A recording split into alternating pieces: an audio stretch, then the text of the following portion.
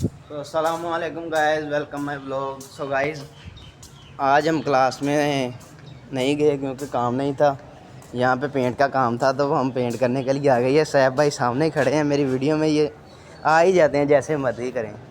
ये देखें, और पता नहीं क्यों सिर नीचे करके काम करते हैं। ये इनसे पूछते हैं क्यों करते हैं। सैफ भाई ऐसे क्यों काम करते हो? यार नीचे वाला काम नीचे सर करके करना है। यार नीचे वाला काम मुझसे तो करवाते नहीं हो तुम। अगर मैं कहूँ मैंने काम करना है, मुझे करने नहीं देते। इधर देखना, हाँ इधर जी हाँ जी। मैंने पेंट लगा देना तुम्हारी कैप को। और यार 2 मिनट नीचे पेंट लग जाना है। इधर हाँ जी। बताएं तो सही क्या पेंट करना है, मैं वो भी पता चले कि हमने भी पेंट करना है। टेबल पेंट करना है, ड्राइंग हॉल का। और इधर तो देख,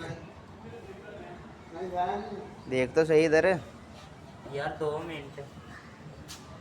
काशिफ किधर गया? काशिफ पता नहीं।